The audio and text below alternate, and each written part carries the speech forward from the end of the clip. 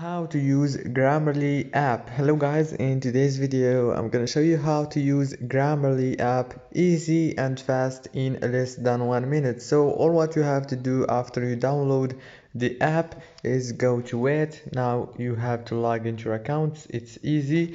Now here you will find two options, two settings, keyboard customization. Click on it, and here you will find all the things that have related with your keyboard. For example, you can add the dark mode or the light mode on your keyboard. You can add languages to your keyboard from here. And also you can go down and you will find many options. For example, the vibrate on key press, the sound, and the pop-up. Those are all about your keyboard.